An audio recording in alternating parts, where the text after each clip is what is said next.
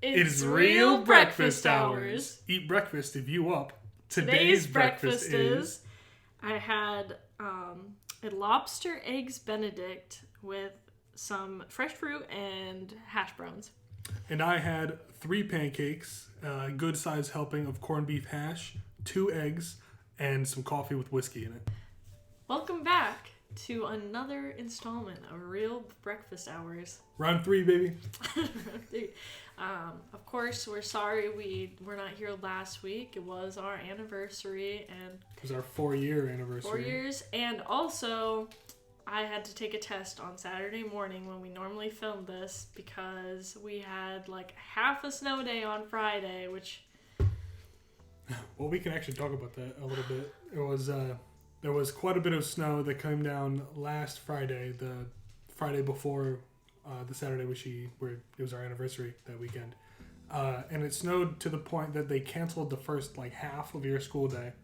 And then they were like, no, you still got to come in for the second half though, which was like my anatomy lab. So I had to drive 35 minutes for anatomy lab when they could have just canceled it. And then also I had to go in on Saturday to take my test that was supposed to be that morning. Yeah, so it's kind of the worst case scenario where if they had canceled the whole day, you'd have had to go in on Saturday anyway, but at least you didn't have to go to your stinky lab. But they made you do both. Yeah. And I had to shovel and stuff on Friday because I needed to get to work.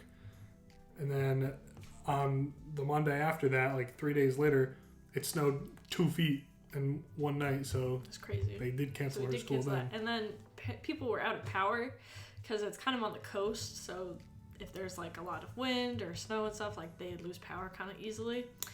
And so the school itself like had lost power, so then I even ended up having Tuesday off as well because there was just like no power. Yeah. Except for at a few places that had generators, but like largely the campus was out of power. So. Yes, and I didn't go to work on Monday because there was so much snow and like it was snowing throughout the day. So even though the plow came at 6:30, 7 o'clock in the morning, I woke up and saw there was still like 3 inches of snow on the ground by the time I would have needed to go to work, and there was no chance my car was going get anywhere in that snow. Yeah, and pretty much like all week the roads have been kind of gross because of all that. Like even when the plows came through, it was like still really slushy. Yeah. So that was not fun driving around, and of course now there's all sorts of big piles of snow, and our driveway is not very large, so it's like a really tight turn to get into it now because of all the snow on the sides. So like every day since, I've just been like, my car's like halfway. Like I feel like I'm about to like flip over or something because I'm just having to drive over a pile of snow. Yeah, and that's 3 inches of snow in the actual street, not like in the driveway. So even if the driveway had been perfectly clear, then you just get onto the road and then your tires just spin and you don't go anywhere because it's a sedan. It's not like it's a Jeep or anything like that. It's not going anywhere in the snow. And we have neighbors, people across the street who insist on not shoveling their driveway ever. And like it snowed on the Friday, and when I'm out there shoveling snow to get my car and go to work, I see these people get in their Jeep and it's kind of like a Jeep. It's like a Tacoma or something. I don't know car breeds. It's an SUV of some kind. It's not a sedan. It's bigger, so it can drive over a little bit of snow. And they just went right over like the 6 inches of snow or whatever that was in their driveway and went to work. And then they came back and drove right back over it, back into their driveway. And then on Monday, when there was 2 feet of snow in their driveway, the guy came out there holding his arms like this in his sleeves because he was cold, and he brushed the snow off of his window, got in his car, and like floored it over the snow and into the street. And I saw him a little bit in the snow and trying to get there. And the other neighbor on the other side literally got stuck trying to get out of his driveway. Like in the snow that I had already decided I wasn't going to drive in, this guy got stuck in. And then like had to go back in his driveway and gave up. I was like, God, that wasn't me. And then the third guy who had gotten to work in the morning came back and trying to get back into his driveway at like 4:30 at the same time I would be coming home from work. He got stuck on the road trying to get back into his driveway. So again, I was like, God, that's not me. But finally, yesterday at like 5 p.m., it had rained the day before, like on Thursday or something. So there was less snow, and their driveway is actually mostly clear by now, except for the ice that has accumulated that was beneath all the rest of the snow. And right, this is the problem now, is that we had like freezing rain. Yeah. So then it's like, now there's a bunch of ice. Yeah, and because snow is a really good insulator, the snow on the top will melt from the rain, but the snow on the bottom will just turn into ice. And this guy who was across the street, his wheels are just like covered in ice now. And I was upstairs like reading, and I just hear coming from outside. I'm like, what the hell's going on? So I open the window and I see them. One guy is in the car flooring it. His car is making all that noise, and another guy is pushing him from behind, and the car just doesn't move. Yeah. And I'm like, well, that's why you shovel your driveway. Yeah, and of course they had like 2 cars, because there's like at least 3 people that live there, because they have 3 cars in their driveway, and 2 of them were out in the road. So then now the road's even smaller. So then when I came home and they were still doing this stuff, then it was an extra tight turn into our driveway for me, because they were like taking up like half the road, which is kind of small already, and especially when there's snow around. So that was not fun for me. It was hopefully they learn to shovel their driveway. It was fun for me though, because all week I'd been like, those knuckleheads are gonna pay for not shoveling their driveway, and they finally did. So yeah, you know, a little bit I was like praying on their downfall, but at the same time, it's like, you gotta shovel your driveway, bro. You're in Maine. You thought you were gonna get through a Maine winter without shoveling? I don't think so. No.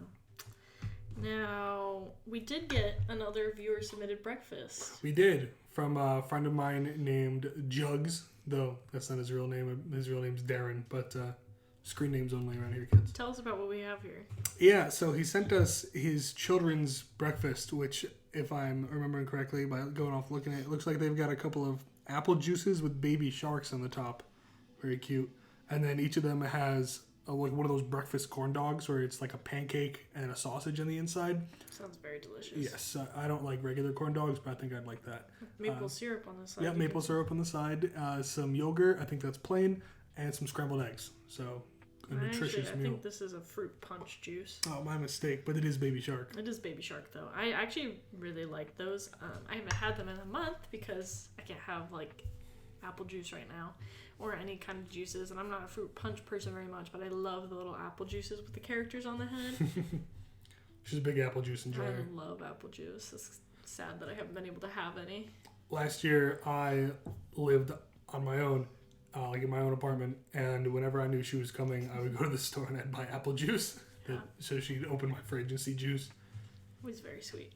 There was a bank robbery on the street that I work on. I won't give too many details, obviously, for privacy reasons.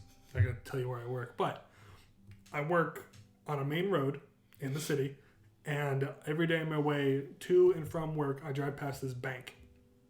And on my way home, it's like 4 o'clock, 4:15, and I'm just seeing like cop cars with their lights on going both ways. I'm like, ooh, a lot of cops out today. And then when I drove past the bank, there were like 3 cop cars with their lights on, like surrounding the place.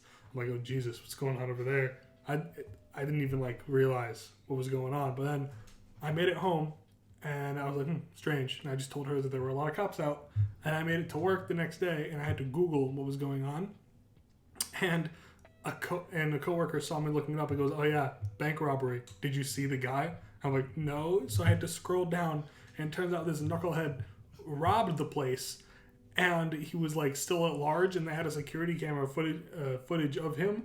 And this guy's just got this massive hat. It looked like he's got a hat of bowling ball or whatever, or he looked like one of those pinheads from the cone heads from that old TV show.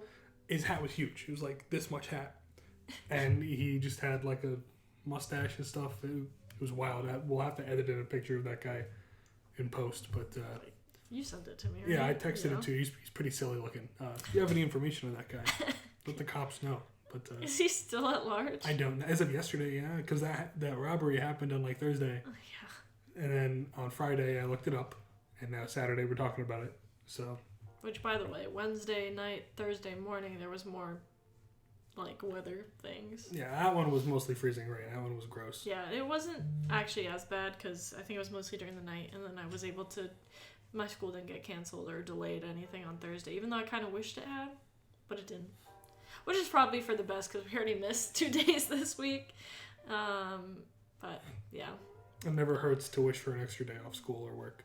Though the difference is here I make money for being at work. So every day I miss at work, I don't get paid for it. Or I have to take a vacation day, but I'd rather not do that. Yeah. So that's some of the news from this week. And that's why we have been gone. Weather and anniversary really got us. We can talk about our anniversary a little bit. Sure. Talk about where we went. Yeah. As we said, 4-year anniversary. I just put up 3 fingers by mistake. 4. 1, 2, 3, 4. 4 lovely years. Wow, thank you. And we get each other things. Like we haven't done what her gift to me is yet, but we're planning to, or at least she's planning it, I would assume. But I took her to a restaurant called Scales. Yep. And it was like seafood, a little more high end. It was like some fancy food, fine dining experience. It was so good. I live for the fine dining experience. Felt very fancy. Yes. And what did you get? I got grilled swordfish, and it was like on top of some beans, which normally I'm not a bean gal. They're actually pretty good when you combine it with the swordfish. You know, you grab a little bit of both and you pop it in your mouth. It was very delicious, actually. And I think just some like greens, you know. And we got some appetizers as well. There was salt cod croquettes. There's only 2 of them, which, yeah, you know, I guess that's what happens when you're at one of them fancy restaurants. And then steamers. I love steamers. There was a good amount of those. There was plenty of steamers. It's also funny when you go to a nice restaurant and you get something that you're kind of supposed to eat with your hands. And you're like, man, I feel a little weird doing this, but yeah, you know, shoving things in your mouth. But our waitress even came back. One, we already have napkins, obviously, like the kind you put in your lap. And the steamers came out with an additional set because I know they're messy. And then halfway through eating them, our waitress was like, oh, by the way, here's a few more napkins because I know the steamers get messy. I'm like, well, at least we don't look like hicks or something in this restaurant. I mean, there's really if you have to take the stuff off yourself, there's no way to do it without using your hands, basically. Right. Even if you use a fork to put the steamer in your mouth physically, you still would have to, like, yes, there's a spoon that comes with them to take the steamer out of the bowl, put it in your plate. Okay, well, now you need to open the mouth and take the little, like, you know when you're eating shrimp, you have to pull the little tail off the back of it? Well, the steamer is even worse than that because the tail thing, it's like a turtleneck kind of on the steamer.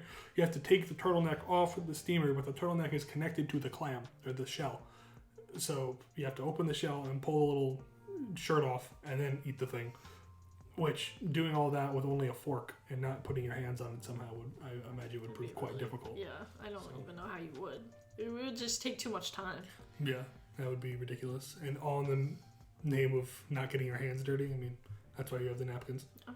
I think, like, when you're eating seafood a lot of the time, you're going to get a little messy. It's just like the same thing. If you're breaking into a lobster, like, that's why they give you the bib, right? Yeah, particularly shellfish, because obviously you can eat salmon without getting gross, but if you're eating lobster or steamers or clams, you're putting your hands on these things mostly, unless you pay for like a lazy man's lobster or whatever, where I think your mom does that, right? She doesn't like to fight with it. Yeah. She just gets all the meat taken out for her already. Yeah, she does that sometimes. I enjoy battling the lobster for my food. It makes the food taste all the sweeter knowing I had to fight for it. Yeah. Yeah, so that was good. And I had venison, right. Which normally you can't get at a restaurant. They won't, like, how many restaurants have you ever been to where they have venison just like on the menu? It's not very common. And I even discussed this with a coworker that I have he's a hunter. He brought in some soup yesterday at work. It was chili, but he made it with venison. Wow. There was venison in the inside. And he was like, can anybody guess the meat? And I was like, is it venison? He was like, good job. I'm glad you knew that. And I was like, it's quite good. And I had told him that I had venison at the restaurant recently. And he said, must have been domestic because you can't sell venison that you've hunted in the state of, where we live. Wow. Which, at first, I was like, that's kind of strange. But then I realized, oh, you know what? If you could, like, hunt and sell deer meat, that would produce, like, a demand for the meat and, like, a market for it. Mm-hmm. And then the deer would get all killed. Right. So, if I guess that makes sense. Right, like, if you can't profit off of killing the animal in, like, the traditional sense, then it like, imagine if you could just kill a bunch of deer and sell all the meat. That would definitely impact the population versus, like, the hunters who kill it and eat it themselves. It's, like, totally different. Well, it was a very lovely dinner, and they even made us a little card, which I still have, that said, like, happy anniversary. Yes, the dessert came out. We had a card on the table because I told them it was our anniversary when I made the reservations. The card came out, or rather, excuse me, when we got to the table, they must have had it set out just for us. No, she brought it with her, and she gave it to us. That's right, when it came out with the water, because all those fancy restaurants have, like, a vase of water that they leave on the table. A carafe, I believe it's called. It's very European. If you've ever been to Europe, I know some of our viewers, looking at you, you know who you are. We went to Europe. Oh. They would put the, like, what did you call it, a carafe? Yeah. I don't know if that's how you pronounce it, but I think so. Either way, it's a vase of water, basically, and they leave it on your table, and that's what you're pouring yourself your water with. They did it at the breakfast place we went to also. Yep. Yes. Our breakfast from today was we went out to eat. Sorry. If that wasn't obvious. Well, yes. Yes. But yeah, any sort of expensive place, they leave that on the table because it's a little more fancy versus drinking tap water, I guess. Yeah. So it was a lovely, lovely time. And now we'll get into more general news, I suppose. Yeah, you want to go? I feel like I just talked a lot during that section. Yes. Okay. Well, I think this is kind of related. I think last week, the week before, Real Breakfast Hours 2, we talked about the nursing strike. I believe that was Real Breakfast Hours 2, right? Maybe. It might have, either way. It might have been the first if you're one, a frequent flyer of Real Breakfast Hours, you'll know. We talked about the nursing strike in New York City. Well, I have another nursing-themed topic for us today, but on not really on the flip side, but just not. I was in support of the nursing strike. I don't know. Be hard to be in support of this one. So, in case you haven't heard, let's see. This is the CBS News headline for this. More than 7,600 fake nursing diplomas issued in Florida in an alleged wire fraud scheme. Yikes. So that's not good. Basically, I guess it says thousands of practicing nurses in the U.S. could potentially be working with bogus academic credentials. There was 3 South Florida nursing schools that were involved in this, and this is just from I guess it was called Operation Nightingale, and they were looking into it, which is funny, right? Florence Nightingale. But so though that was just looking at 3 Florida schools, I mean, potentially this could have happened at other places as well, so You don't even know. But this is just from where they looked, and that's already almost 8,000 fake nurses or nursing diplomas. So far, more than 24 people have been charged for their alleged involvement, but that's not even close to how many of those people have fake nursing degrees, and then we don't know, are they going to get their licenses removed? Do we know everyone? What's happening? It's kind of scary. I wonder if it's, nearly 8,000 men and women who have these fake nursing degrees, is it because they went to a nursing school and when they graduated or whatever, their degrees just fraudulent, or did they buy it online or something? I guess I'm wondering how at fault are these 8,000 people? If you went to the DMV and they gave you a fake license, that's not really your fault. Right. But I guess we'll just kind of have to wait and see what happens with this. Yeah, I honestly don't know, but these people, this says that the nurses with the fake degrees went on to work in various settings. and in several states, including Ohio, New York, New Jersey, Massachusetts, Georgia, Maryland, and Texas. And it says it took place between 2016 and 2021, so that's actually kind of crazy that we're just hearing about it now. That's the legal system. Takes forever to do anything. But yeah, so they were able to take the board exams, and actually I think I heard that like 30% of them actually passed the boards, which is funny. I really don't know like what the situation is in terms of the nurses, though. You're right, because I don't. How did they get the fake degrees? Like, it's very... Were they doing, like, clinicals and stuff? I mean, you kind of think that maybe some of them were actually doing stuff if they were able to pass the board exams. Unless the board exams are, like, maybe just not very hard. I don't know. Yeah, I would be quite upset if I was a nurse who went through nursing school, did my clinicals, and then passed the board exam in my mind. And then found out 3 years later that it was all fake. Like, did you put that effort in? Would you have actually earned your license at like a non-fraudulent school? Because if so, is it then fair to have your like license removed for something that you might have had no knowledge of? At the same time, I wonder how many of these people knew about it, like, and did it on purpose. So now this says that among those charged are Burlington County, New Jersey resident Stanton Witherspoon and Alfred Sellew, and Westchester County, New York resident Renee Bernadelle. And it says that the three solicited and recruited people that were seeking nursing credentials. So that makes it seem like the people with the fake nursing degrees knew what they were doing. Because they were looking to kind of like, I don't want to go through school. If I just get this degree, then I can just work as a nurse. So then worked with Unid Sanin of Siena College to create and distribute false and fraudulent diplomas and transcripts that were sold to thousands of nursing applications. So the papers incorrectly stated that the aspiring nurses had attended the Broward County nursing program and completed their courses and clinicals. So then these nurses didn't do these things. And then that implies that the people with the fake degrees knew that it was fake. It was intentional. It's like getting a fake license for anything else. Like getting a fake ID if you're 19. Yeah. You need your fake booze license. So it's really scary. Obviously, nearly 8,000 nurses that we know of. That's a lot. We had a friend recently who had brought up that medical malpractice takes a lot of lives every year. Here it is, like 8,000 nurses in Florida alone working illegally.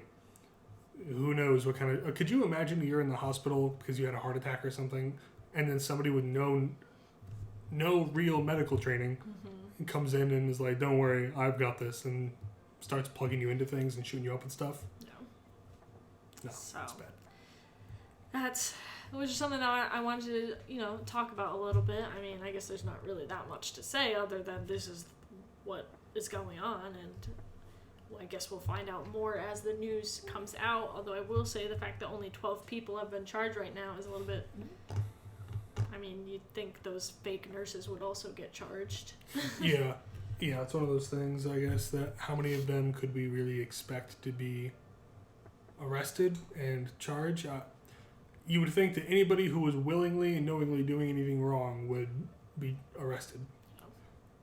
I would be surprised if, in 2 years we find out all 8,000 fake nurses are behind bars. I will be very, very shocked.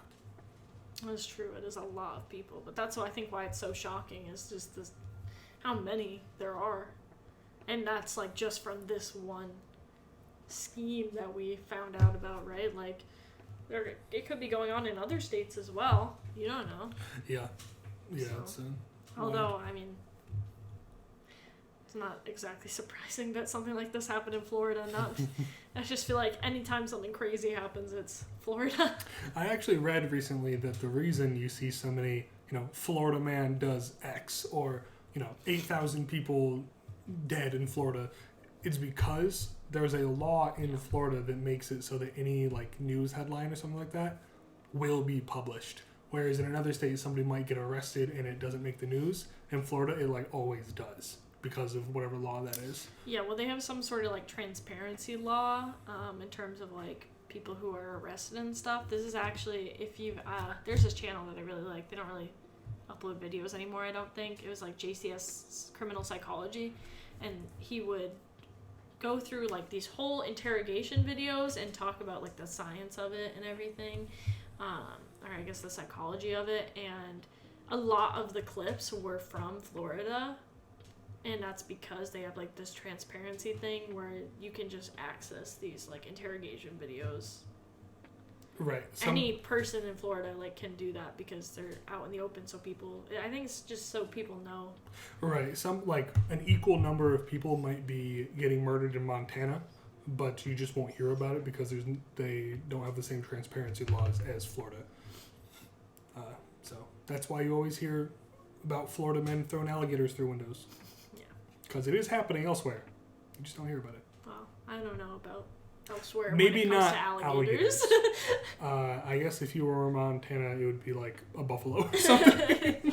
You know what? It's time for football. Once again, we're back on the old football discussion. We only have a few more weeks to talk about football, unless you're talking about off-season football and stuff like that. But we only care about the real sports around here. Last week we didn't do an episode, anniversary stuff. Didn't talk about those games. But, as I'm sure anybody who cares about football is aware, the Buccaneers and Tom Brady, they're out. The playoffs, they're out of the playoffs. Same with the Cowboys, LOL, rip boat. I think that was the wrong whatever. L plus ratio plus you fell off, Dak Prescott, plus, I heard he threw his helmet in frustration after the game and it was intercepted. Which is actually hilarious because I'm not going to blame Dak Prescott for everything. However, he is your quarterback and he did throw a good number of interceptions in the playoffs this season. After the playoffs, like 5 of the assistant coaches were fired from the Cowboys. Yeesh. Which is hilarious because could you imagine that, I don't know, you're like at school or whatever and your students are doing poorly, like they're messing up pretty bad, but instead of firing the teacher, like the head coach, or the principal, like your general manager or whoever, you just start firing like substitutes, like your assistants.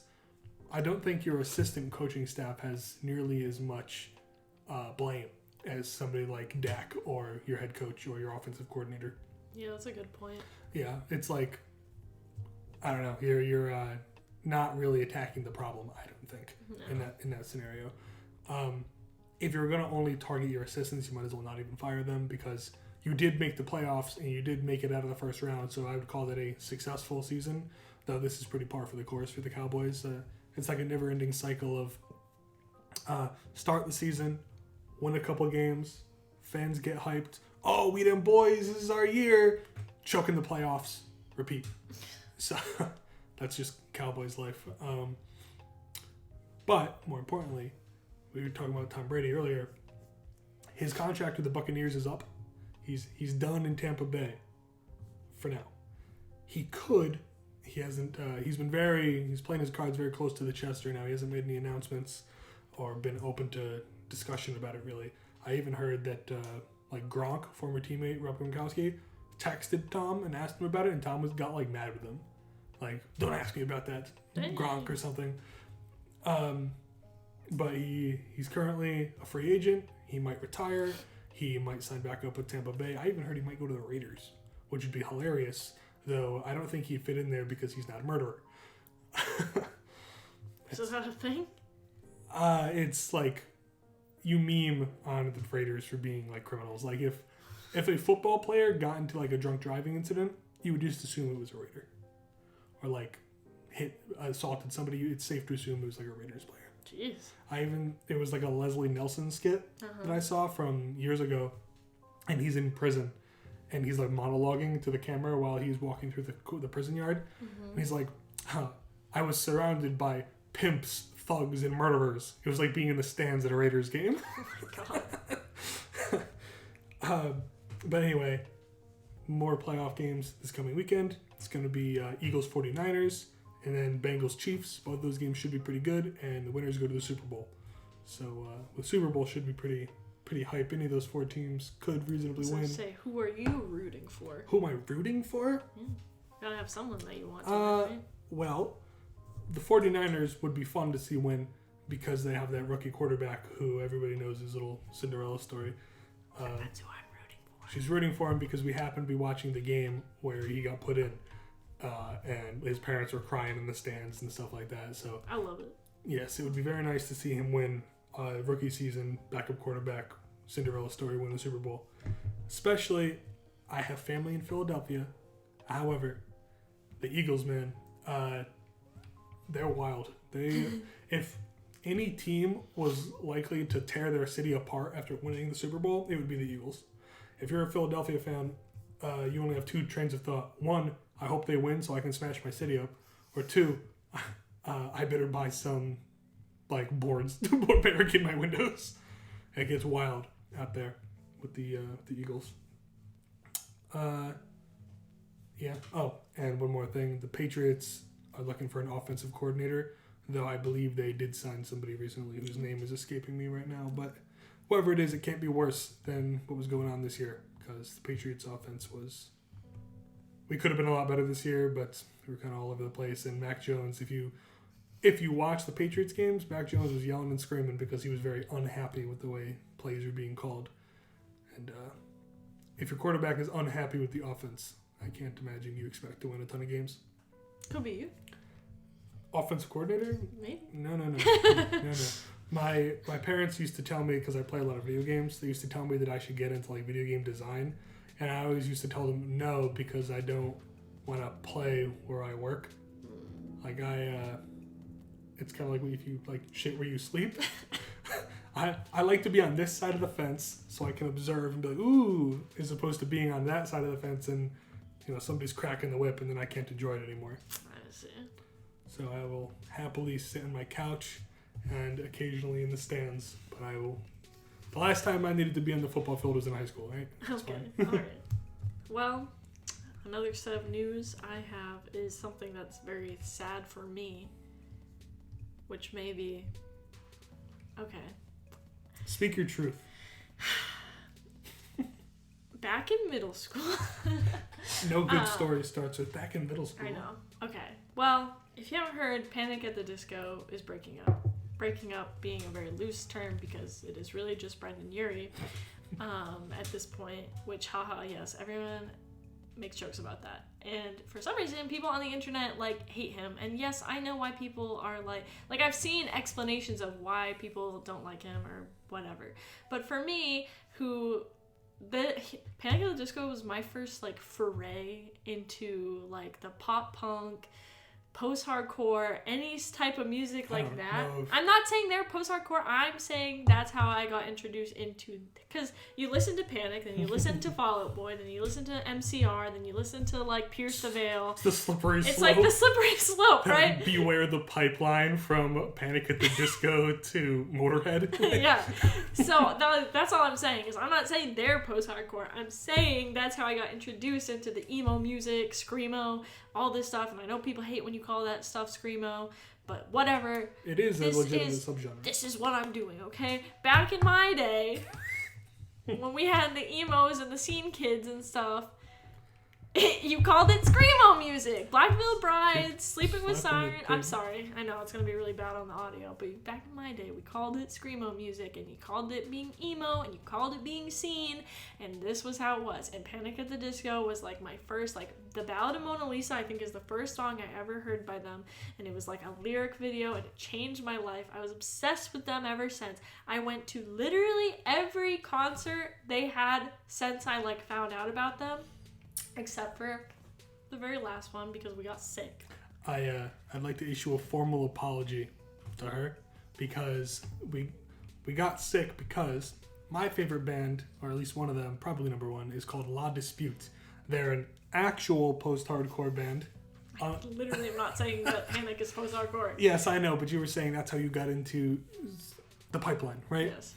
One of the stops on the pipeline is actual post-hardcore, being a band called La Dispute, which I love them. They're great. I like them too, yes. Yes, they're very good. We were planning to go to the Panic concert about 2 weeks, not even maybe that much. It was literally a week before. I'm in lecture. He's talking about, I really wish we could see it. And then he looks it up, and lo and behold, tickets are like in $30. Boston, there is a like $35 La Dispute concert going on. Yeah, because that night. Literally, I'm literally sitting in lecture and he's talking to me about this. And the next week, it's like a Tuesday. The next week on Wednesday, we have a Panic at the Disco concert. We have the tickets. It's all lined up. My mom's coming with us. And he's like, well, what if I just bought the tickets to this? And because who thinks, I would really like to go to this concert, but I just found out it's tonight. Nobody, right? I was like, oh man, I wish I knew. I wish we could have planned for this in advance. Well, let me just look into it a little bit. And, it's tonight. That's so crazy. Wish we could go. Well, maybe I'll look into it a little bit. And the tickets were, I don't even think it was $35. It was probably like $25. It was like 25 tickets a pop. Or $25 per ticket in Boston. And I was like, I think we'd be crazy not to go. We love this band, and that's pretty cheap. And if not now, when? Right? So I was like, when you get home, get in the car. We're going. So we went. We had a great time. Music was very good as usual. Lots of fun. We came home, no issue. And that was on like a Wednesday. No, it was Tuesday. Tuesday night, I think. Right? You said Wednesday earlier. The Panic concert was on Wednesday the next week. Okay, so it was a Tuesday night that we went. A couple days go by, and this is when, like October? End of September. End of September. Wake me up when September ends. But Sunday comes around and I'm like doing housework or whatever, and I'm like mowing the grass or something, and I'm like, man, I feel terrible. And I was like, well, I did have like McDonald's for breakfast this morning, so maybe that's why I feel so we'd had like gross. a lot of fast food that week. Slop. So. A lot of slop that week because we were going back and forth, moving around and stuff. But regardless, I just accredited it to my diet's been poor. I haven't had a lot of water today. Let me, take a nap, eat something better for dinner, and have some water. Feeling very weak in the Sunday. Monday, I wake up and I'm like, I still feel weird, but it's fine. And I'm getting myself ready for work. And as I'm literally walking out the front door, keys in hand, I've already kissed her goodbye. I'm walking to my car and I just start coughing, and I literally threw up on my front steps. I'm like, wow, I'm going back to bed. Next day I took a COVID test and it was positive. Yeah. And for me, mine was still negative, so I was still I was masking and stuff, because my symptoms started after his. Like Sunday I was fine. Monday, mostly I was fine, except for at the end of the day, Monday, I started to get like a sore throat, and I was like, oh my God. But I was like thinking, I was hoping and praying to myself that like, well, maybe I'm just like psyching myself out because I knew you were sick. And I had felt fine the other days, but then Tuesday, like it really kind of started getting bad. And Tuesday, like it had still been negative, but then like Wednesday we had the concert, and then by Wednesday, like I was sick and not feeling good, and he had tested positive, so it kind of didn't matter anyways, because if he has it, then I'd probably have it. And my mom, we were talking about it, and we're like, well, obviously we got sick from someone at the concert, because like we really didn't go out other than that. Yeah, we got fast food, but that getting fast food was like we're in the drive-thru. So it's not like the only feasible explanation that we both got sick and you actually got sick before me is that someone at the concert that we went to was sick. Yeah, somebody at the La Dispute concert must have been sick, who got me sick, who got her sick. And actually, by like Wednesday night when we were supposed to be there, I almost felt back to normal. Like I was still testing positive on Wednesday, but I felt way better. I was only sick for like 2 or 3 days. She was messed up all week. Yeah. I mean, I was getting better like Thursday, Friday, but definitely Wednesday night it would not have been good for me to go because I did not feel good. Yeah. But yeah, so if you're the person, or if there are multiple people, if you are at the La Dispute concert in Boston in September, and you had COVID and you knew it, or if you weren't feeling well and you didn't know that you had COVID but you knew you weren't feeling well, I hope you know you're going to hell. Oh my god. Which, on that note, that's why we didn't go to the Panic at the Disco concert, because she was like in tears. I really want to go. You know, they're so important to me, and I totally get that, and I understand. But I basically had to be like, think about how mad you are at the person who got us sick at the La Dispute concert. Do you want to be that person at the Panic concert? Yeah. Obviously no. So we ended up staying home, and I told her, I'll take you to the next one. We'll go. Well, there's not going to be a next one because they're breaking up, baby. Just like the worst situation possible. So yes, they for the longest time have been my like number one band. Like every time someone asks who's your favorite band, I'm like, well, I have a lot of bands that I really like, but Panic has always been like my go-to answer. As I said, like I've been to literally every concert except for this last one that they've had. One per tour, obviously. Yeah, like I'm trying to think of what my first one was at House of Blues in Boston from their Too Weird to Live, Too Rare to Die concert. And then I think there was one in New Hampshire that they did with Weezer. And then we went to one, I think the next one was in Portland, and it was the Death of a Bachelor tour. And then another in Boston for the, oh my god, the one after Death of a Bachelor. Why can't I think of the name? I don't know. I like Panic, but to me they're like just good. They're fine. So I don't know all their album names, so I'm not going to be more helpful to you. Fake fan. I know. I'm like really embarrassed. Why can't I think of it? Hello? Pray for the Wicked. Pray for the Wicked. And then now we had this one more recently, which why does it not even show up on their Viva Las Vengeance? That's what it was supposed to be, was the Viva Las Vengeance tour that we were supposed to become for, but then we didn't get to.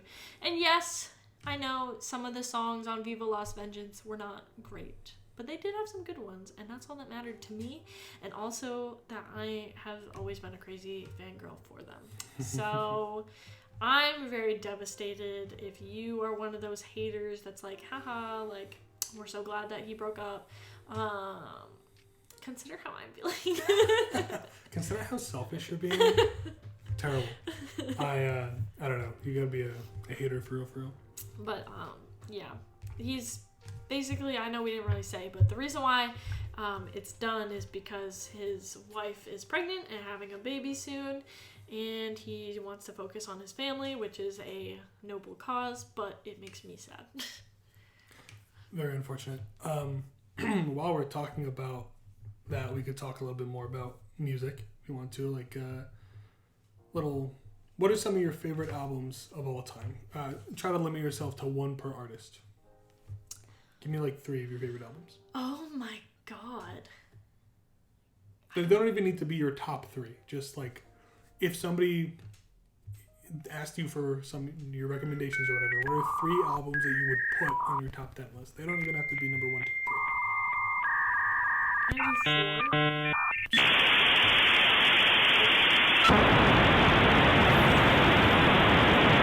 4? Maybe Death of a Bachelor by Panic. Or one of their other ones. I don't know. Oh my god. Now I'm getting scared because I can't remember what the album is called.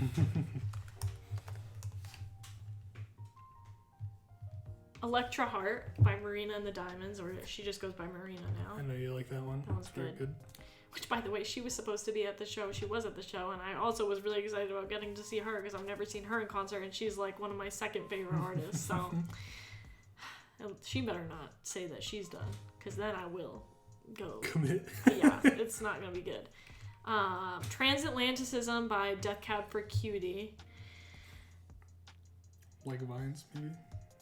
Oh my god, yeah, Like Vines by the Hush Sound, which have been They're out of it. They need to They've reform been dead for a while, but they're so good. Also, Death Cab for Cutie is having a Transatlanticism, like 10-year whatever concert. It might even be more than 10 years. I don't know. They're having a like concert, and they're coming to Portland, except for every time I look at the tickets, it's like $200 a ticket because they're all resale tickets. And Ticketmaster is awful, and if you've been watching all the Taylor Swift stuff from her tour, and Ticketmaster is now like under fire from the actual US government for how they handled it. And it was really funny, actually, because there was, like, actual U.S. senators or House members or whatever, like, quoting Taylor Swift songs because of at Ticketmaster and being like, maybe you should look in the mirror and say, it's me, hi, I'm the problem, it's me, and stuff like that, which is really funny. But yeah, so Ticketmaster, you suck. Why do you even let people resale tickets? Like, why are they $200? I know in my heart of hearts that there's no way that Death Cab for Cutie was selling tickets for like $200. I mean, maybe they were, but in Portland, Maine, really, all the tickets are $200. That's the cheapest ones you can get. So I'm upset about that. If anyone has a Death Cab for Cutie ticket, I would literally buy it off of you, but not for $200. $199. I just really... Death Cab for Cutie is also one of my favorite bands, and I've never been to a concert of theirs, and Transatlanticism is, like, so good. Like, that song, life-changing. I first heard it in the movie Beastly, which is a whole other thing. I could do a whole video on Beastly, and its soundtrack is so good. I mean, it's a bad adaptation of a book, but it's meaningful to me. And, yeah. Anyways. You know how there's those videos where they're like, everything great about Toy Story, everything bad about Toy Story? What if we did one like everything cringe about Toy Story? Like, it's not good or bad because, you know, that's subjective, because it can be good and also cringe. That would be hilarious. Every weird song choice in Twilight, every Dude, I would do that for Saturday Night Fever. That whole movie is cringe, and also towards the end, they play the same song like 3 times. That's like broken up by like 2 minutes each of like just random talking, and then they start the song over again, and I'm like, what are you doing? Who made Saturday Night Fever? It is not a good movie, and I thought it was gonna be good. Like I was thinking it was maybe like a Footloose type thing, which I have also not seen, which is a crime because I'm a musical theater gal. So I thought Saturday Night Fever would be good, but by the way, it's literally traumatizing and also not good. It just has good vibes when they are dancing, but otherwise, the worst thing I've ever seen. Every time we talk about movies, I get like an arrow right to the heart with her. I love her. She's great. 4 lovely years, as I said before.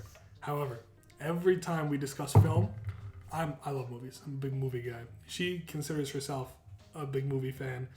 But every time I ask her, have you seen, like, insert classic? She's like, no. And you might, in the comments, I know your little Twitter fingers are ready. Well, then why aren't you making her watch them? I am. That's the problem. There's so many that she hasn't seen. The list of, oh my God, you've never seen that? It grows every time I bring up films. So we're making progress, all right? I promise you. When I met her a couple, 4+ years ago, she'd never seen like any of the Marvel movies. She'd seen like Ant-Man. No. Well, which ones had you seen? I had seen, I think, the first Avengers and some of the first Thor. Excellent. Now, I'm not going to sit here and tell you that Iron Man 2 or something is like a cult classic on the level of Scarface, which she hasn't seen. But they're good movies, and especially like from the start to Endgame, for example, very big like cultural phenomenon to have seen these movies. And she's seen 2 of them, 1.5 of them, yep. 1.25. That was one of the first things that we did as a couple, was I made her watch all the movies. We watched them in order from Captain America comes first in that order. We watched them from Captain America, and then together we went and saw Endgame. Yep. So it was glorious. I was like, how long? I had to watch a lot of movies in not that long amount of time, I think. Yeah, because, well, let's see. Where did I have, like, when did Endgame come out? 2020? Maybe? Oh. 2019? I know that, look it up, yeah.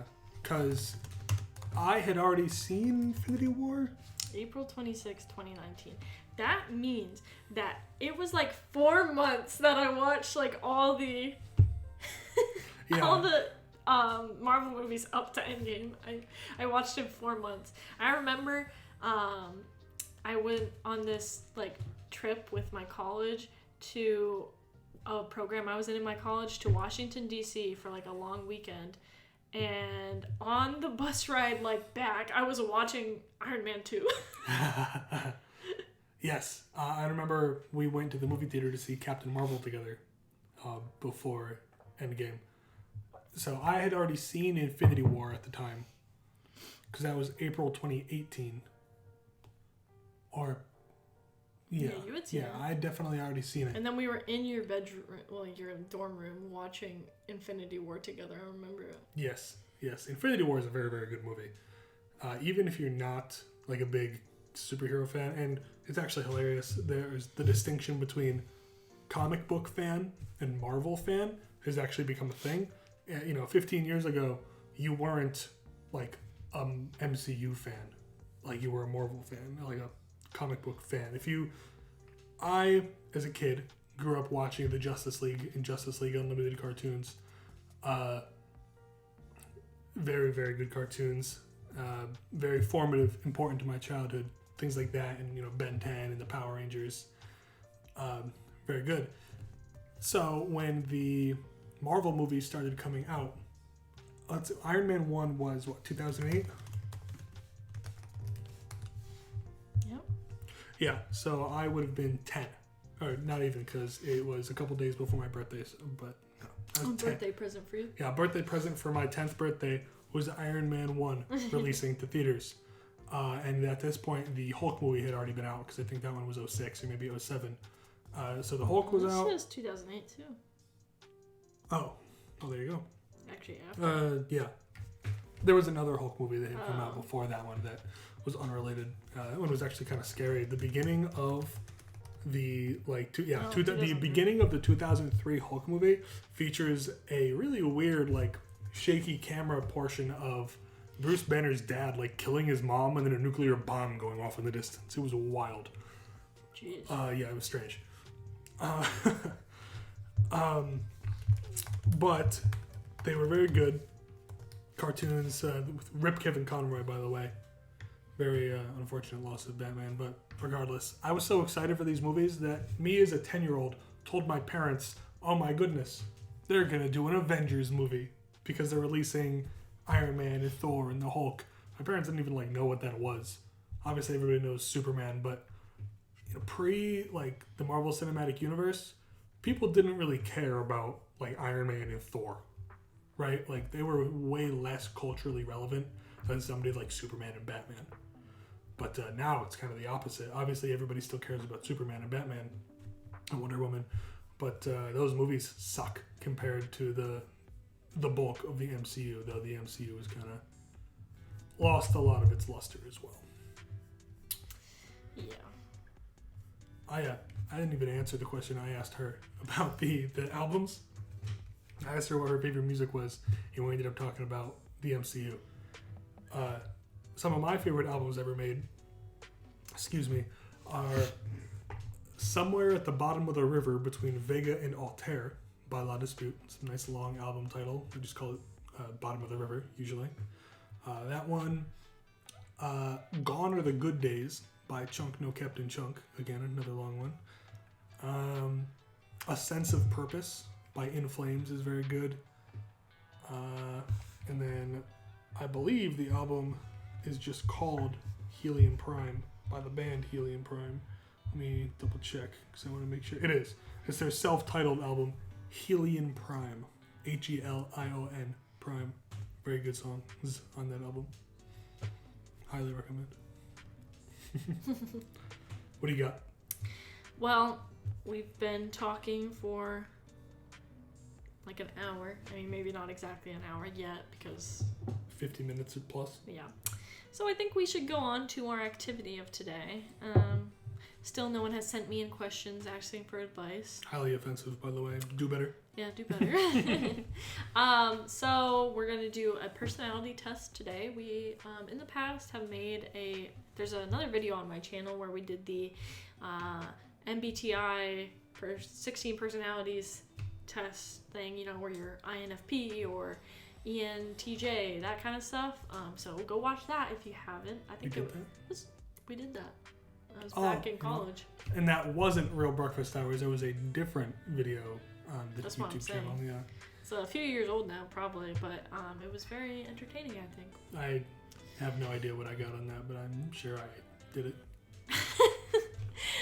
So today we're doing a different one. We're gonna do the Enneagram test. Do I have to pull that up on my phone? Yes. So I think we're gonna try this eclectic energies one. My questions are not in the same order as yours. We'll just record hers. I love to take care of people, and I'm good at it. I feel like partly. Yeah, I'm gonna go with a partly on that one as well. Because I also kind of like when other people take care of me. We actually have the same. My first question is the same as your second one. I tend to trust most people. I'm gonna go with no. Partly. I'm gonna go with no. Success, prestige, and recognition really matter to me. I think yeah. Yes, I'm gonna go yes on that one. It's a fat yes. I am more sensitive than most people. Sometimes the world just seems too harsh. Yeah. No. It's a fat no. It's a fat yes. Okay. I am too strict with myself and others. I think I'm too strict with. Well, I guess maybe I am too strict with others too. But it's mostly with myself. But I kind of do it with you sometimes. So. I'm probably also go with the yes. I feel like sometimes I could ease off the gas a little bit, but I feel like I hold myself to the same standard that I hold other people, and maybe that standard's too high. I'm not sure, but I wanna be fair, right? Yeah. What do we got? I don't get depressed easily, if at all. I think that's a no for me. It's a yes for me. I want to win the approval of those in authority, sometimes even when I don't really like them. Yeah. Yes. I really don't like a lot of authority figures, but can't have them think they're better than me, alright? Well, I'm just the type that I was always like anxious as a kid, so I think if I thought a teacher didn't like me, that was such a blow to my self-esteem, or I guess like, I don't know. Yeah. Let's see. I often refrain from acting as I'm afraid of being overwhelmed. Fat no. I'm an actor, baby. I'm an actist. An actist. I don't think so. I plan the next adventure before the current one is finished. Yeah. Partly. I like to do things, but I'm also a lot more of a... Like, for example, if we were on vacation, she could plan the whole thing. Vacation for me is a brain off experience. For me, I love planning out trips. In fact, I do it sometimes when I don't like even have the money or the time to. I'll just be like, well, what would it be like if I planned a trip right now? Like, how much would it be? Where would we go? All this stuff. What are the amenities and things? Like, I think in another life, I could be a travel agent. That would be good for you. Whereas we went on that cruise and me and my family went to Europe that one time. I don't even know what we're doing that day. Like, we might wake up, somebody could wake me up and be like, hey, get up, we gotta go. And I'm like, I don't even know where we're going, but I'm coming. And I'm not like that in the day-to-day necessarily. However, on vacation, oh baby. Yeah. My vacation is not having to worry about that stuff. Next page. Yeah. I just want to say it is funny though, because I see some ladies on TikTok will be like, well, I wanted my boyfriend to like plan out our vacation that he wanted. Like, I said I wanted a party or a thing and I wanted him to plan it. And like, for me, I like having the control too much, and I like planning that stuff too much, so that would never be me. I would never be like, I want you to plan everything. There are other things that I'm controlling about and like I like to have the reins, I like to have the reins and the control, but vacation is absolutely not one of them. Please take them. Your turn, I think. I don't see much point in wallowing in negative emotions. When I begin to feel anxious, I tend to throw myself into distracting activities. Fat yes. I'm gonna say no. I don't wallow. I don't wallow. I wallow too much. In most close relationships, I give more than I take. What do you think, Kayla? I feel like we're pretty even. I think we're pretty even. So we could both go no on that one? I mean, sometimes I feel like it. I guess like with other relationships sometimes, but I don't know. Well, maybe not. I don't know. I guess it is usually pretty even. I do like to give, but if somebody won't give back, I kind of tend to just stop hanging out with them. Yeah. Not that I like need people to give, but I don't like to be the only person putting effort in. Mm-hmm. So if I sense that somebody isn't putting effort in, I stop hanging out with them. Yeah, and for me, I guess it is hard because It's hard being an adult and like being away from friends, because back in high school, I mean, I feel like I was pretty giving in all my relationships, and I would hang out with them all. Well, not outside of school very much, but like in school, you know, we'd do stuff together, and sometimes outside of school. But like as an adult, it's really hard. I have a hard time like reaching out to people. So sorry if you're my friend and I haven't texted you in a while. It's especially hard now with med school, where like I literally don't have time. But also, text me, why don't you? Yeah, but see, then I never text anyone else, so I can't say that. So true. I mean, I text sometimes, but then I get... this is too much to go into right now. We don't have time for all that. We don't have time to unpack all of that. Yeah. But let's try to go a little quickly through the rest of these. Okay. I'm pretty domineering. I would say, like, partly. I'm going to go with yes. Because I think... Well, yeah. I'm uncomfortable when people want an emotional response from me. I'm going to go partly. I would say no. Yeah, I know. It's hard for me to put my feelings aside, even to get a job done. I would say partly. I'm going to go with no on that one. Because, like, if it is actually, like, a professional thing, I don't think I really have a problem with it. But, like, more personal stuff, yeah. I am always aware of what needs to be corrected. Yeah. Let's go with yes. I could probably use a little more ambition. I don't think so. No. Yeah, no. I think we already said that. It's hard for me to put my feelings aside even to get a job done. We already answered that one, right? Yes, I said that one. See, this is why maybe I should just read them. Because now I'm getting confused because you're... Yeah, just go. Okay, we did that. I did that. I'm skeptical, suspicious, and doubtful. Yes. Say, like, partly. It's important to me that I be admired by others, and many people do admire me. Yes. Say yes. Then that's good, I think. Nice. I'm a true romantic. Yes. Hold on, let me find that in mine. I'm gonna go. Well, I guess it depends on your definition of romantic. What do you think? To me, like, as a true romantic myself, I'm always thinking of, like, the most romantic stuff. Like, oh my god, wouldn't it be nice if just, like, if I told you I was having a bad day and you came home with flowers for me, or, like, you had set up something for me, or you, like, got me a little gift, or did something special for me, or, like, when we do the picnics and things like that, like, all sorts of, like, really romantic, like, I'm always thinking about, like, that stuff. Whereas I'm more of I see, like, romantic art, romantic music, and I do, like, when we do stuff, I appreciate, like, the romance and, like, going to a nice dinner place for our anniversary, or making sure we have something fun to do on, like, Valentine's Day or her birthday or something like that. So I think the answer to this question is yes, but it manifests differently than what she might want or think. It's easy for me to accept other people, and they seem comfortable around me because I don't judge them. No. I think people are comfortable around me. I think I judge just, like, silently sometimes. Maybe I'll go partly because I do think generally I'm well liked and I am generally open to other people, but that doesn't mean I don't silently judge, and sometimes vocally. Personal relationships are by far the most important thing in my life. Partly. Well, I feel like, how do you say kind of, partly yeah. to by far? Yeah. So I'm going to go with no, actually. I think saying by far would be too much. So I'm going to go with no. I'm going to say yes, because, like, I don't know. This relationship is one of the only things I got going for me. Unfortunate. That one is very good. Not really, but, like, med school just takes away everything else. So all I have is med school and you, and, like, my parents. Yeah.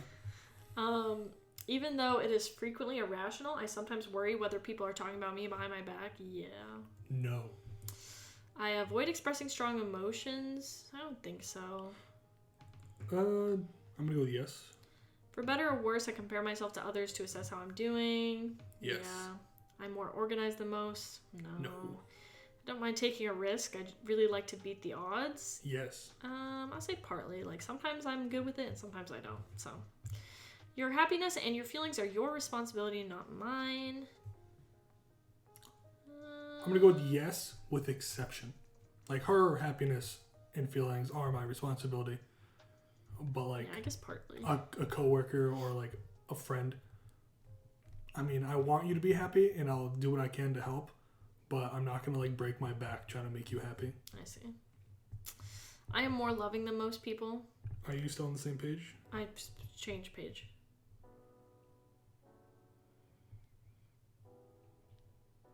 Okay, thank you. Sorry, I was just... Because they're not in the same order, I had to double check. Yeah, I am more loving than most people. Partly. I would say yes.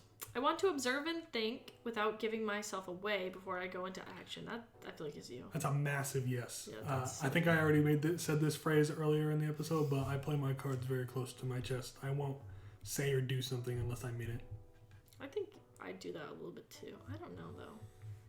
I feel like on a general level I do, because I'm quiet a lot, but... I think you fly off faster than I do, though. Yeah. Which might have been different when I was younger, but I've been working on that. Maybe I'll just say partly. While I am very loyal myself, I frequently worry that others are not going to be loyal to me. Yeah. Yes. I get bored more easily than most people. I am always looking for new experiences. Yes. I think, yeah. I'm a good networker. I know how to make connections. I'll say, like, partly. Partly, yeah. Like, I think I'm good at it, but I don't like doing it. I am highly individualistic. Yes. I say partly. Rules annoy me. Sometimes. Partly. I am more formal than most people. I don't think so. Partly. I'm quite unobtrusive and easy to get along with. Partly. I think, yeah. What? Yeah. I don't know. Next page. I don't like commitment. Who wants to be locked into something, especially if something better presents itself? Absolutely not. Heck no. I think if either of us had said yes, we would not be at 4 years. Oh my God. Could you remember, being flaky is like one of the worst things you can be as a person. Yeah. How could you ever be trusted or relied upon? People are attracted to me because I impress them. I don't know about that. Yes. Maybe, like, partly. Even with just like humor or, you know, your ability to get along with other people can be impressive. Like, it doesn't have to be, like, you don't have to be a CEO or a king or something to be impressive. You can be impressive in a lot of other ways. I see. I just feel like people, like, I don't know if attracted to me is the right way to say it, but... Yeah, maybe attracted not in like the sexual sense, right. but more in like people will want to hang out with me. Yeah. Because you impress them with your wit or your ability, like, you're just fun to get along with. Yeah. I guess partly then, yeah. I go along with what others want unless I have a very strong desire of my own, which I usually don't. No. Nobody likes to be intruded upon, but I hate it. Partly. I'm going to go with yes. Actually, yeah, probably yes. I often resent it when I see people doing a slack job. Yes. Yeah. I come on pretty strong and can sometimes intimidate people. Yes. I say partly. I don't really think I intimidate people, but sometimes I can come on strong. I try to get closer to people by being generous with my time and energy. Partly. Yeah, partly. I am attuned to anything that might be dangerous, and I am security conscious. Yeah. Yeah. I am more temperamental than most, but it's because my feelings are so strong. Yes. No. I am drawn. Yes, I am drawn to emotional intensity, and am not afraid to explore the depths. What does that mean? Like, of emotion. I would think no for you. Yeah, I'm gonna go with no. I'd say, like, partly for me. How about no? Sometimes I have overextended myself in trying to help people. Where do I see that? I don't know that I've overextended myself. I'm gonna go with partly, because sometimes, at least in the past, like in high school or something, I've done too much to help somebody that isn't receptive to it, and it just ends up upsetting me. If I'm not careful, I can get too isolated from others. I think, yeah. Yes. I think if I didn't have you forcing me to not isolate myself, it might happen. When making a decision, I often ask myself which option will yield the maximum enjoyment. I don't really think so. I tend to avoid conflict. No. Yeah. Where do I'm trying to find that one. It's right there. Oh, perfect. No. It's important to me to feel as though I belong. I would say yeah. I would like to. I'm gonna go with partly. Well, yeah, maybe I'm partly too. Well, although I guess I shouldn't change it. Okay. I'm competitive and ambitious, but I do not think of myself as cutthroat. Yeah. Yeah, sure. I see life as a struggle that I intend to win. Yeah. Fat, yes. I am meticulous and fastidious, even about details that other people find minor, I would say, partly. No. Next page. No one would ever call me selfish. People might call me selfish. I think anybody that knows me well would maybe in some things I'm selfish, but overall, no. So I guess I'll go with partly. Yeah. It's strange, but I think that there's something beautiful about sadness. Yeah. Yeah. It's really hard for me to save money as I tend to spend beyond my limits. No. Yeah, well, partly. If I actually put effort into it, but I'm really bad at putting effort into it. I welcome a good fight as it clears the air, no. Absolutely. I hold a tight rein on my temper, no. Yes. To deal with the fear I always have, I'm as nice and warm as possible towards everyone, yeah. No. I'm a big procrastinator. Yes. Yeah. It would be the worst thing to be seen by others as a loser. Yeah, that would suck. I don't tend to overcommit myself. I have a limited amount of time and energy. No. Yes. I overcommit myself all the time. Next page. I almost never lose control of myself. I'd say yeah. Well, partly. Emotionally, sometimes yeah, but in terms of other things, no. Usually I just focus on the positive sides of people, as focusing on negative traits or events does not help making relationships more harmonious. No. Yeah, I don't think so. I accumulate lots of knowledge to counteract my lack of self-confidence. No. Oh, that might be me, actually. I'm good at getting things done. Yes. Yeah. I'm more sentimental than others. Yeah. Yeah. I'm constantly on the lookout for things that might go wrong. Yes. Yep. Yeah. I'll go with partly on that one. I want to be noticed, but it also makes me uncomfortable. Yeah. Let me find that one. No. I'm going to go with no on that Or one. maybe partly. If something doesn't go my way, I can find something beneficial about it. Yes. Partly. I think it's weak to back down from confrontation. Yes. Partly. Absolutely. Yeah. Next page. Yes. I can't rest until the job is done. Partly. Partly, yeah. Depends what the job is. Yeah. Most people don't know that I am actually really sensitive, as I tend to conceal my emotions. Do you think other people that aren't close to me like you are know that I'm very emotional? Yes, I think they do. Okay, so I guess that's a no for me. I don't think that I am particularly sensitive. But you do conceal your emotions. Yeah, so how do I answer this one? Like, I conceal them. Let's just say no. But it's not like I'm pop or something. Say yes, I guess. I don't know. It is. I don't know. I'll just go with no, I guess. Well, but then no means you don't conceal your emotions. I guess I'll go with yes then. Or maybe I'll just go with partly. Partly, because yeah. I'm not really sensitive, but I do conceal my emotions. It is important to me that I win the respect of others. Absolutely. Yeah. Change, whether to a new job or new school, makes me more anxious than it does most people. Yeah, I think so. I guess I'll go no. Others need my assistance much more than I need theirs. Yes. Yeah, I think so. I'm not a show-off. In fact, I have probably been too modest. No. I don't think so. Maybe a little bit. I don't know. Sometimes. I'm a brainstormer. For every problem, I can think of 10 approaches to a solution. Yeah. I'd say partly. Yeah, actually, yeah. Yeah, I'll go yes. I don't let it show, but if I'm with someone who is as unique as I am, I get a bit jealous. I'm going to go with yes. Also, you definitely missed one. What did I miss? At least I have one on my page that you don't. Which one? Oh, I'm pretty tough. I don't have that on You don't mine. have that one, but I do, and I'm going to go yes. Okay. It might show up on the next one. I don't know. Well, it's not on this either. Okay, well. It takes me quite a lot of time and effort to make important decisions, and I frequently second-guess myself. I feel like, yeah. I'll go partly. Yeah, maybe I am. Well, I'm going to try not to, second-guess myself here. I often lose my focus as my attention tends to drift off from the main issues. I feel like partly, yeah. I'll go partly on that one. I want to enjoy things, so I'm not very disciplined. Partly. Partly. I am more dramatic than most. I feel like, yeah. What about me? What should I put for that one? Partly. Yeah, I guess I'll go partly. Sometimes I can be dramatic, but generally I'm not. I have a compulsion to do things the right way, even if it's not cost effective. Yes. Yeah. People see me as a warm and sympathetic person. I say yes. Partly. I generally appear calm and even-tempered, even when I am under an enormous strain. Yes. Well, maybe partly. I think people can see that I'm boiling, but like I don't like scream or anything. Like I might, like you can tell in my voice that I'm unhappy when we're under a particular strain, but I don't like yell and curse. I think partly.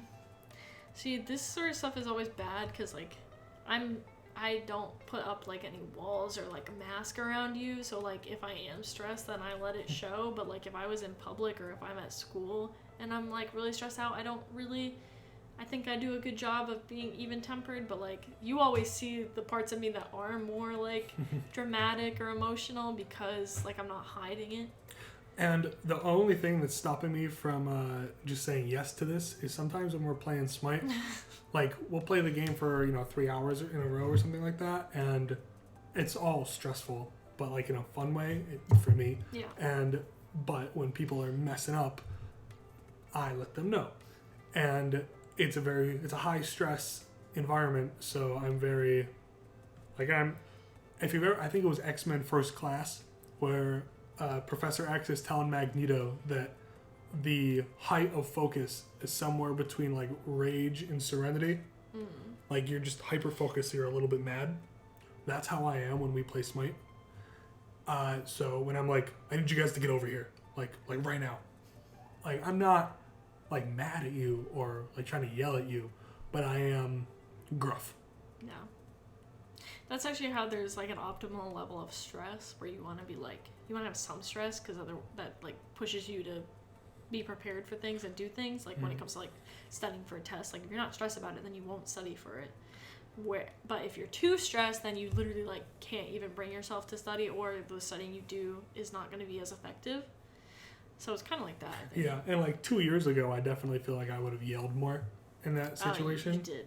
I definitely did. But now, I mean, she could tell you that I'm a lot more under control. Yeah. In that type of environment. Because we work on ourselves. Self-improvement's very important. Self-improvement. I was like, you need to stop yelling at us so much and it's kind of mean and hurtful. And for me, it was like, maybe I could be a little less sensitive about stuff. Yes. So we've reached a good like middle ground now that we really don't, like we used to fight about it a lot and now we don't really ever. We very infrequently, I would say. So I will still go partly on that question. Yeah. And then I tend not to consider asking help from others, even from those I love. I would say like partly. Yeah, I'll go partly on that one. I'm getting better at it. I used to hate asking for help. Yeah, and then did you go to the next one yet? Yes. Yeah, because you missed another one of mine. I don't know what to tell you. I have been told that I lack tact, but I think the important thing is to tell the truth. Yes. That was not on mine, okay? I don't know what to tell you. My tendency to tell people what's wrong and what they should do about it has sometimes annoyed them. Absolutely. I would say partly. I'm a big, you need to work on this type of guy. I bring a real, you need to work on this energy to the group of friends that some people don't appreciate. I generally don't like to stay at one task for very long. I get restless and want to move on to something else. I would say yeah. Yeah. People often aren't what they seem, so I can be really suspicious of their motives. Partly. Yeah, maybe partly. Some people, it feels like, are really easy to read and genuine, but then other people, like, you just look at them and you're like, I don't trust you. Yeah, that, I can see the mask you're wearing. I wonder what's under it. Even if I don't have it all together, at least I'm going to seem to have it all together. Yes. Yeah. I tend to escape reality into a world of idealized fantasy. I feel like partly. I don't do it as much as I used to, but... I'm going to go with no. I'm not comfortable with self-revelation. No. I don't think so, yeah. No. It's hard to stay passionate and focused. No. I mean, focused maybe, partly. But if I'm passionate about something, I don't think it's hard for me to stay passionate about it. Life's about give and take, so giving love is the most important thing in my life. Partly. Yeah, and then there's one that you're missing. I have more energy and strength than most people. Yes. The aesthetics of my surroundings has a strong influence on my mood. I would say yes. Where's that one? What's that? I don't see that one on here. Oh, see, now it's getting more. Okay, that's fine. I'm really good with the big picture, but I don't have much patience with detail work. I would say no, I'm better at the detail work than the big picture. I think I'm pretty good at the big picture. I tend to have mixed feelings about many people. Yeah. Yeah. I'll do what it takes to be successful. Partly. I mean, I don't want to hurt anyone else, but I'll do some things. I have been told I am a perfectionist, and I suppose it is true. I mean, I don't suppose. I know it's true.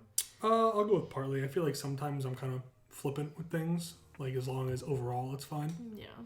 I'm proud of the fact that many people depend on me. I don't see that one on here. I would say like partly, I guess. I don't even know that many people depend on me, but I guess it's fine. I usually fall asleep readily and can even take a nap when I'm stressed out. Yeah.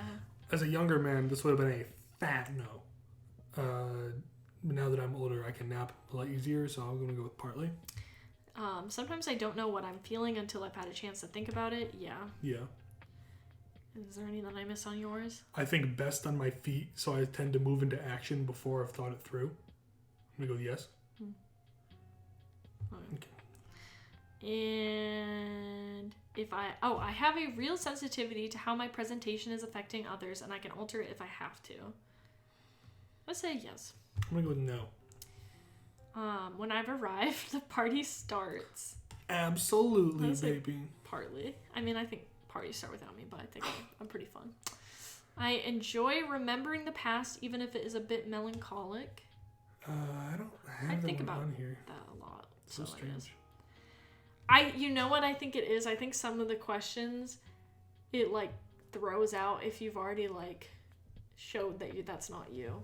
Maybe. Because I was reading something and it said like, I can't remember what it said, but it was basically like it slowly whittles down which types you aren't. So maybe we're getting more like not the same questions now. Maybe.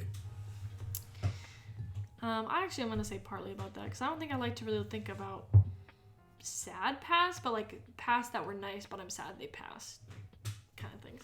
So true. I seldom compromise my principles. I would say yeah. I'm going to go with yes. While I value my close relationships, I often feel most myself when I am alone. Yes. I'll say partly, but I mean, I feel like myself when I'm with you. That's the best part about the relationship. I used to tell her, and I still do sometimes, that when we're together, it feels like I'm alone, but like with somebody. Mm-hmm. Because a lot of the time when you're with somebody who might not be right for you, you feel like in public, you have to be a certain person. And then when you're alone, you don't have to be that person anymore. That's how I feel with her, where I feel like I can just be truly me. Yeah. And that it's like I'm alone in the sense that I don't have to pretend at all. And that's what it's like. And that's what you should try to find, is someone that you can be yourself with, like actually. Mm-hmm. I can easily imagine all the things that might go wrong as I have a really vivid imagination. Yes. Yes. It really bothers me when people don't say thank you. I don't think so. I don't have that one. So let me read one of the ones that I do have. Okay. I don't give a damn about morality, but I've got my own brand of integrity. I'm going to go with no. I think being moral is pretty important. I think people have a different perspective of what moral can mean. But if you don't have morals, you're kind of a goon. Yeah. I sometimes forget to do something that another person has been pushing me to do. Yes. Yeah. Is there anything else you have? No, that was all the ones on that page. This is my last page here. Yeah, this should be the last page. Okay. I secretly fear deprivation and being without the nicer things of life. Absolutely. Yes. When I really get involved in an intellectual problem that stimulates me, I tend to detach from my emotions. Yes. I think, yeah. I'm good at motivating people. Yeah. I see all points of view when there is a dispute, so it's hard for me to take a side. I don't think so. I think I can see all the points of view, but I know which one I'm on. Yeah. I mean, there's some things that I'm, like, kind of in the middle about, but, like, things that, like, I'm really, I'm like, oh, no, this is what I think. So, I don't know. I'm just going to say no. I tend to either comply completely or to rebel. I don't think so. Oh, yeah, I do have that one. I'm going to go with yes. Like, I either agree with the way this is being done, or I don't, and I'm going to bring it up. I don't know. I just feel like no. Sometimes I'm too critical of others, but I am much harder on myself than I am on others. Yeah. I'd say yeah. I sometimes wish people would take care of me for a change. I mean, you do take care of me, but I also love when people take care of me. So, like, I guess partly, I don't know. You could just say yes, and then there's, like, I'm an exception or something. Yeah. The coffee has turned itself off. I don't have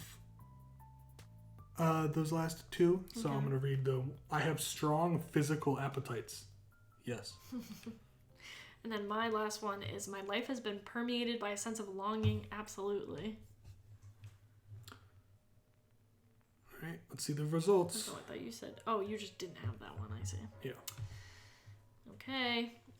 Mine says that I am a type 6. With wings, I seem to be a 3-wing 4. Oh, it is not clear from these test results which Enneagram type and wing you are. What the heck? Oh, I see. Type 6 and 3 are real. Like, type 6 was 11.7 and type 3 was 11.4. So it's like really... I have no idea what any of that means.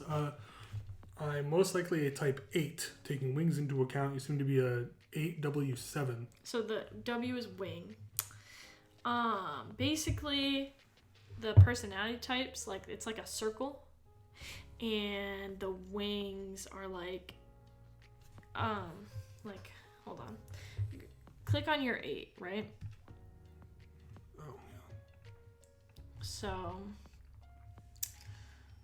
they go in a circle, and basically I think the wings are the 2 that surround yours, so either 7 or 9. And it said, did it say yours was wing 7? Wing 7. So like you're mostly 8, but you have some of the 7 stuff.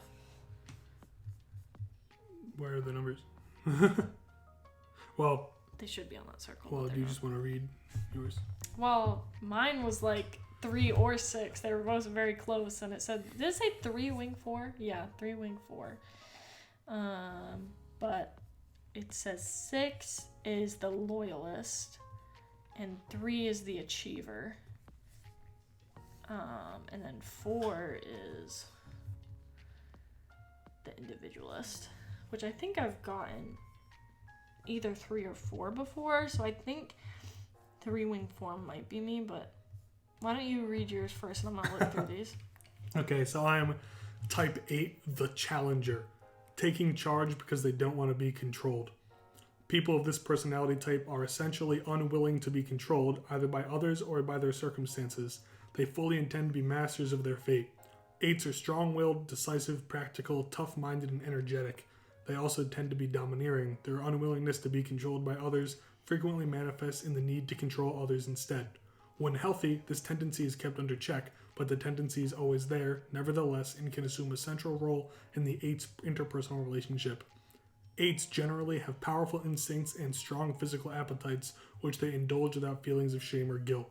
They want a lot out of life and feel fully prepared to go out and get it. They need to be financially independent and often have a hard time working for anyone. This sometimes necessitates that the 8 opt out of the system entirely, assuming something of an outlaw mentality. Most 8s, however, find a way to be financially independent while making their peace with society, but they always retain an uneasy association with any hierarchical relationship that sees the 8 in any position other than the top. 8s have a hard time lowering their defenses in intimate relationships.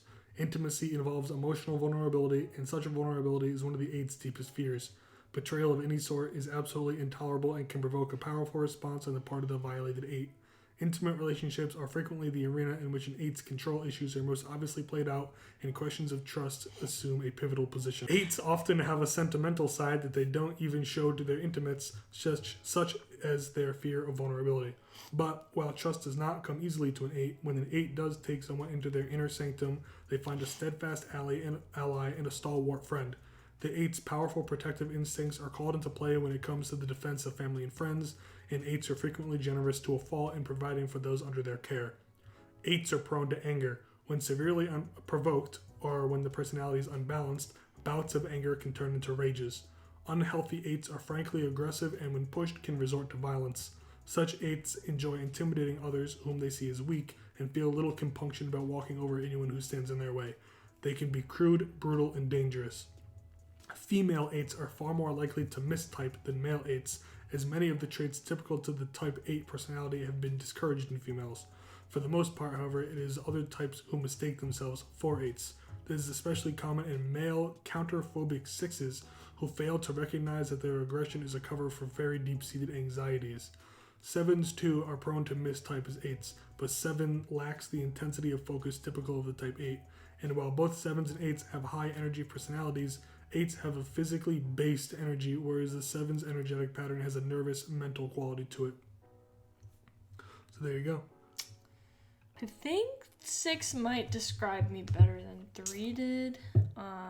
Did I leave 3 up? So 3 was the achiever, which I think I am, but it also said that 3s are like extroverted usually. And I don't know that I am that, but I think I am socially competent. So I don't know. Like, I guess I could be a 3, but I think the 6 said that people usually feel insecure. And at the core of this type 6 personality is a kind of fear or anxiety, which I feel like, yeah. So I don't really know. But I don't know that, like, I don't trust easily. So both of them are kind of like, I don't know. There's parts of each that I think, yeah, that sounds like me. And then there's parts that I'm like, that don't really sound like me. I don't really want to read the whole thing, but... Yeah, mine was kind of long. I apologize. No, it's okay. So I guess I don't know which one I am. 6 or 3, I don't know. There were a lot of close ones. It also then, like, type 4 was a 10.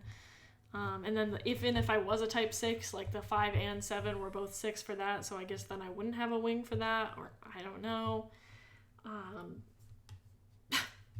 have no idea. I might have to take another one sometime. And maybe update you on what that one says, and then we can compare.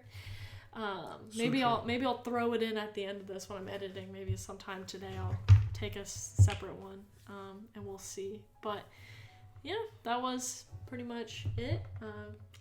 Type 8 sounded like you.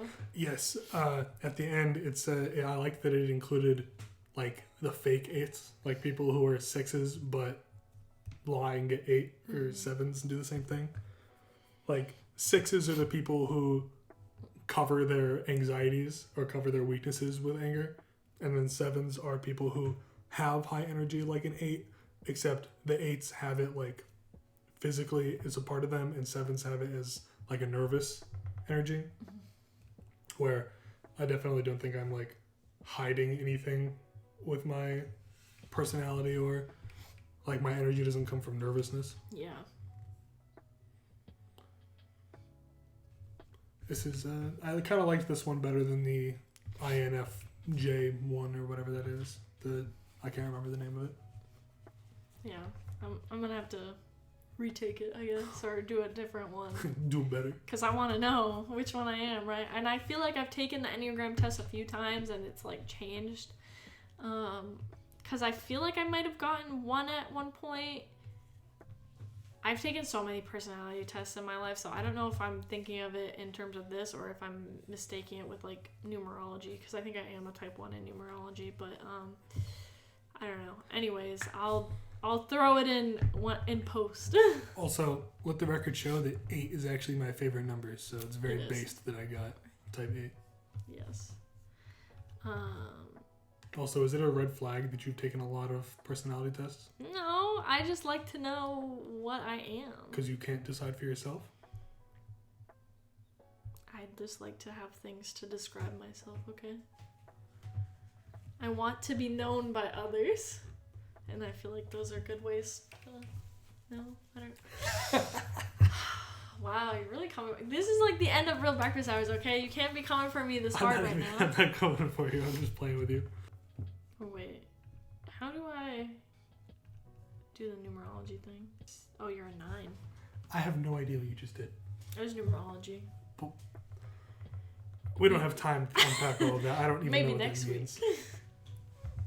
I don't know. She just... to me, it just looked like she was adding numbers up. I was adding up the numbers of your birthday. Good enough. We'll go into it next week, perhaps. Wow. Anyways. So, that was this week's Real Breakfast Hours. We hope you enjoyed. Send us your breakfast. Do it. Send us your Especially breakfast. you frequent viewers out there. A couple of you sent us your breakfast and you've been featured. But others, I know you're out there. You're out there and you're not sending us your breakfast. Very offensive. If you're my friend and you watch this and you don't send me a picture of your breakfast, that makes me sad. Family members, I know some of you are watching this. Send us your breakfast. I don't even care if it's cereal. It could be toast. Send it. I mean, sometimes I just have a smoothie for breakfast. Not this time because we went out to eat, but you know. So true. So send us your breakfast. Leave us comments.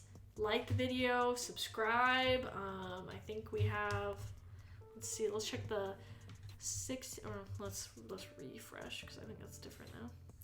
Yeah, she's had these tabs open for 69 so long. subscribers. You could be the 70th, and hopefully soon we'll get to 100. That would be cool. That would be so sick. So like, subscribe, comment down below what you want to see us talk about next week, or if you have any questions for us, we can answer.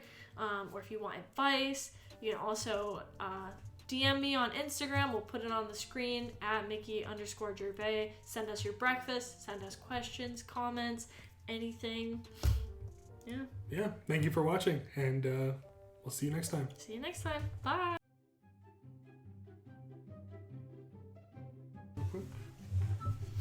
He's always over here topping himself off.